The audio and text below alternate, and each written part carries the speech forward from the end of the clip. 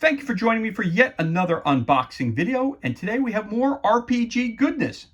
We're talking The Dead Are Coming, a zombie apocalypse survival RPG. The Dead Are Coming. The Dead Are Coming is a zombie apocalypse survival role-playing game, or an RPG. You and 2 to 5 friends play make-believe, creating a shared narrative of a group of survivors trying to keep on living in a world gone terribly wrong. The rules help keep the story you tell consistent, interesting, and challenging. You play a desperate survivor in a post-apocalyptic world where zombies are a real thing that won't stop until they devour your flesh. You also need to secure a refuge, stocking it with food, water, and other resources. And, of course, other people try to take it from you. Can you survive? This is brought to you by Old Skull Publishing and Exalted Funeral. Base cost for this was $20. Okay, it's a rather thin tome, which is good to see. So right up the top, you have a table of contents. Then you have an introduction, a little fluff about it. Tells you copyright 2020, Old Skull, Exalted Funeral. The game contains themes and mechanics simulating some events appearing in zombie apocalypse movies. These are not representative of real issues people all live with. Things are far more complex in real life and can't be reduced to die rolls and gameplay. And the good people here who brought you the game. Then how to create a survivor, creating attributes, your starting equipment, hit protection, your hit points, resources, and your background. Here we go, some different things that you roll on a die to see what you get here. So different resources and different items that you can purchase. Everything from, if you're a high school student, you can get fireworks, skateboards, nets, small boats, mid-sized cards, holy book, bolt cutters, MP3 player, bottles of ink, box of chalk, all different kinds of things, and different types of characters you can be. Everything from a soccer star, to a firefighter, to a tour guide, to a dock worker, comic artist, garbage collector, you name it, it's listed in there. We've got some more. We have some more background information that we want to creating your character. You have a D100, so you do masculine names. So if I had some dice available, which I don't happen to have here, we could roll this up. So let's say we rolled a 78. Pasquale Marchese, he's Italian. You want number 18, Ghazi Al-Tulnin. He's Arabic. Over here, we come down over here, we have some feminine names. We have female names. So we have male names on the left side, female names on the right-hand side. So if I rolled 32, Le Mi. Number 84, Mary Segigua. Rai Ogura. These are Japanese or Russian, Italian, Irish, German, American, Arabic, Brazilian, Chinese, French. All different kinds of characters. German, Irish, Italian, Japanese, Russian. Yep, male and female names. So again, they want to get you gaming right away, not spending time trying to figure out who they are. Get your inventory, retrieving items, durability, encumbrance, how much you can carry, your resources, food, water, bullets, fuel. Moving on, you have your gear, weapons, more weapons, burst weapons, armor, all different types of things you can find. Favors, vehicles, armored vehicles, role-playing, keeping things in mind, how to survive in your apocalypse, saves, combat, initiative, pose saves, hit protection, damage, attacks. If you get a scar, you roll on a D20. Again, this appears to be a D20 chart, so anything over 12, a devastating blow that should be fatal. If you suffer critical damage before treatment, you die horribly. If you don't remove this effect and re-roll your maximum hit points with 3d6, taking the new total if higher, and roll a d20 against all your attributes. If it exceeds them, improve those attribute scores by 1. So these are your different damaging and scars that you can get on your characters. Critical damage, attribute damage, distance and range, different types of stress that you can be under. Again, here it's 8, so you roll a d8. Recovering stress. Conditions, time, rest and healing, overland travel, foraging, followers, keeping the morale up of your followers. You have here, you have sands and bands and communities, casualties, equipping, putting a band of survivors together, creating communities, what casualties would look like, equipping the community, different activities they can do throughout the day. Refereeing the apocalypse. You have make the world dangerous, be the survivor's senses, telegraph danger. Present choices, show consequences, be fair, reward good ideas. Of course, you're always going to fear the living dead. Your luck rolls. Consequences, using saves. Then you have the exploration, traveling, the different weathers that you can have. So you roll 2d6. I happen to have 2d6 right here. So if I decide to open this up real quick. Ooh, hold on. Show you how that will work. Got 2d6, so we want to show the weather. So we got down here, we got a chart. Roll 2d6. I have 3 and a 2, which makes 5. 5. Light rain or sweltering heat or deluge, or it could be sleet, depending on which season you're in. Of course, you could just roll a d12, you get the same result. Random encounters, reactions. Again, 2d6. Let's roll again. Let's see what our reaction would be. So we run into a bunch of people. What are they going to be? They're going to be 5 plus 4 is 9. 9. They're going to be friendly. They're going to try to join your group. If you roll something different, roll a 5. They're unfriendly. So that's how that would work. Morale, encounter tables. This is how the world ends. Over here we got zombies, zombie traits, zombie infection, samples of different zombies. You have sluggish ones. They get 2 hit points, strength of 10, dexterity 6, will of 8. You got a runner, which is 4 hit points, strength 12, dexterity 12, will is 8. You have the Hulk, which is a big guy, 12, 1, defense is 1, strength is 15, dexterity 10, will is 6. You got the Spitter, which is 4 hit points, strength 10, dexterity 12, will of 10. So they're giving you all different kinds of zombies.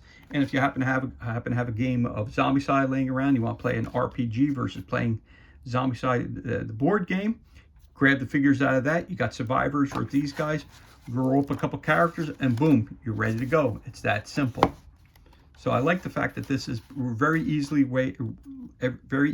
laid out, easy to understand, and get your toe into role-playing games. And again, this is a very small tome if you compare it to like Pathfinder, Starfinder.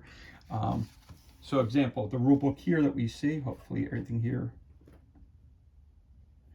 So if you look at this rule book here, it's only a couple pages long. How many pages? This is about 43 pages long. So this is the rule book for this one here. And if I wanted to compare it to something like Starfinder,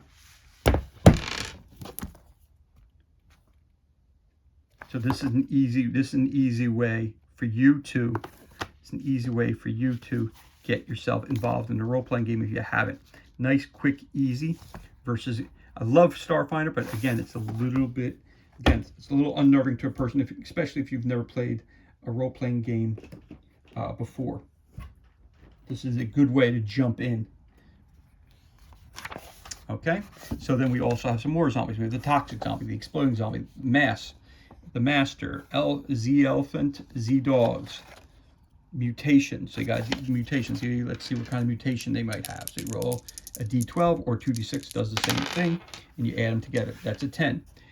Grasping tongue, target makes a dexterity save or can't move. So the tongue flies out of its mouth and pins you. You can't get away from it. Over here, we also have people. Recruiters, death cultist, lost survivor, avengers, opportunistic prick, collector, be quick or be dead. Don't trust anyone. You have a repentant priest, you have a raider, cannibal, biker, warlords. Over here it says D100 items. What are they carrying? So when you meet someone, what do they have? What kind of goodies do they have? Again, here you can roll, you can either use a D100, which I happen to have one, or you can just simply use a 10. Use your percentile dice. Use your regular D10 and your percentile dice, which will be from 1 to 10 also. But if you get a 10 and a 6, it'll be a 16. If you get a 20 and a 3, it'll be a 23, so on and so forth. Your apocalyptic toolkit, D66, countryside landmarks. So now using the red one as a 10s and your white one as the 1. So now we got here, we got a 45. So 45 would be a more. Countryside structures, countryside structures. So let's take a look over here. I have a 33 with the red going first. 33 would be, there's a hedge there. If I go over to this side, it says countryside findings. What did I find when I investigated? I got a 56. 56 would be an old generator I find. Again, countryside hazards. I roll a 1 and a 6, that's a 16. You have a mud flow, so it had some bad weather and mud is flowing down, trapping you. Have to use your dexterity to see if you can get out of it. Again, D66, small town places. Where did you find? 41, what kind of building is there? Do you have a clinic or like a small doctor's office? Or a 62 down here. Town features, 62. An insect swarm attacks you. Or in this chart here. So again, some more small town findings. I got 66. I found a cleaning truck. I have some more small town hazards that you might have. Down here, using this chart, 52, you have an earthquake that hits. So again, using these charts helps you build your world very, very quickly and easily. Let's go here, big city places. So what do we find in the big city? If we're instead of going to a small town, we go into a big city. What do we get? We get 32.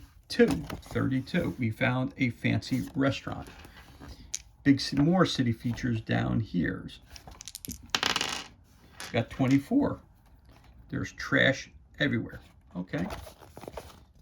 Again, with role-playing games, you're telling a story. So all these things that are on here, you roll the dice. You could do it before or while people are here with you. You could roll it. This way they see right off the bat what they're encountering on their travel. So I got a 62. I have 1d6 animals fleeing something. So you're walking down the street, all of a sudden some 6 dogs come running past you. They appear to be fleeing something, part of the story. Well, what are they fleeing from? Now again, you're rolling into more important things. So here we go again, rolling D66. So all for D66, all you need are 2 6-sided dice. The lowest you can roll is an 11. So 1 and 1's an 11. So now we got a 56. So what were the animals running from? Well, there's sleet, so it got bad weather happening here. And last but not least, we have our D20, which I can't roll for you because I don't have one. Happened to be right by me. But again, adventure ideas, survivor, the problem that they have in the complication. So if I roll, let's just do, let's say I'm going to do a 1, a 5. So I rolled a 15. So survivor that you ran into was a gentleman named Ronald. He happens to be a reporter. He needs their laptop back, involves a greedy hoarder. So there's your adventure now. You've run into Ronald. He asks you for your help to find his laptop computer back. Of course, there's a greedy hoarder. That's going to be the person who's going to be attacking you back. Again, 100 things to do in the zombie apocalypse. What are you looking to do? Let's just take this. We're going to go for the first 66. So let's see what we've got here. We've got 60. Oh, look at that. 2 6s, boxcars. 66. So if you move to 66, it tells you right here. The group sees a car accident with a fresh blood trail leading to the forest. So there's your adventure you go on. If I roll this again real quick. 44. Don't like that adventure? Try a different one. Go to 44. A tribe of cannibal survivors provides shelter. So they invite you in, and then they invite you in because they want to have you for dinner. Let's do one more of them. So I got 16. Someone, all right here, someone in the group is secretly killing others to prevent their suffering. And then, of course, if I want to just do a D6, number 3. Pick up food at a supermarket down the road. So these are 100 things to do in the zombie apocalypse. So these are different adventures that you go on. So it's 100 different adventures. And of course, the last page is basically a 1-page character sheet. So you need to come up with a name, a background, description. Again, at the beginning of the book, you roll a couple dice. It's already filled out for you. Okay, attributes, your strength, dexterity, willpower, hit points, defense. So again, it's a slimmed down, easy way to roll and get into a role-playing game. And then you have your rules summary, which are your saves, combat, conditions, stress, resting, resources. Are you ready to play? Sounds like you are.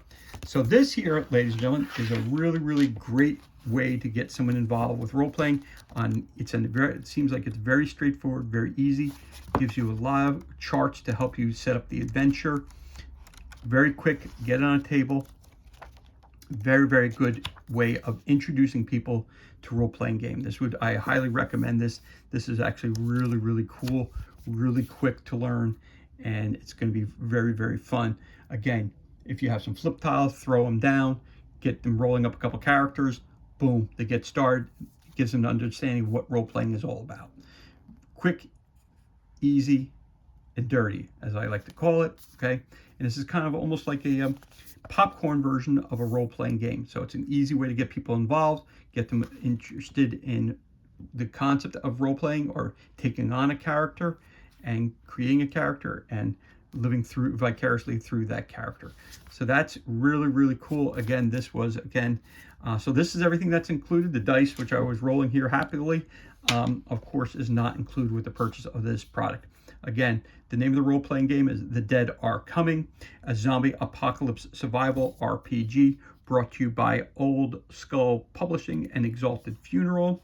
Cost of it is just $20. So $20 to get involved in a role-playing game is really, I hate to say it this way, is almost free because it's a cheap way to get into role-playing game.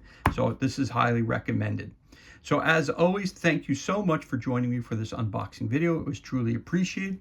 If you enjoyed the video, you could always give us a thumbs up and leave a comment below. You could also hit that subscribe button. This way you're kept up to date as to any time we release new content to the page. As always, thank you so much for joining us. Be safe, be well, enjoy the rest of your day, and we'll catch you on the next unboxing video.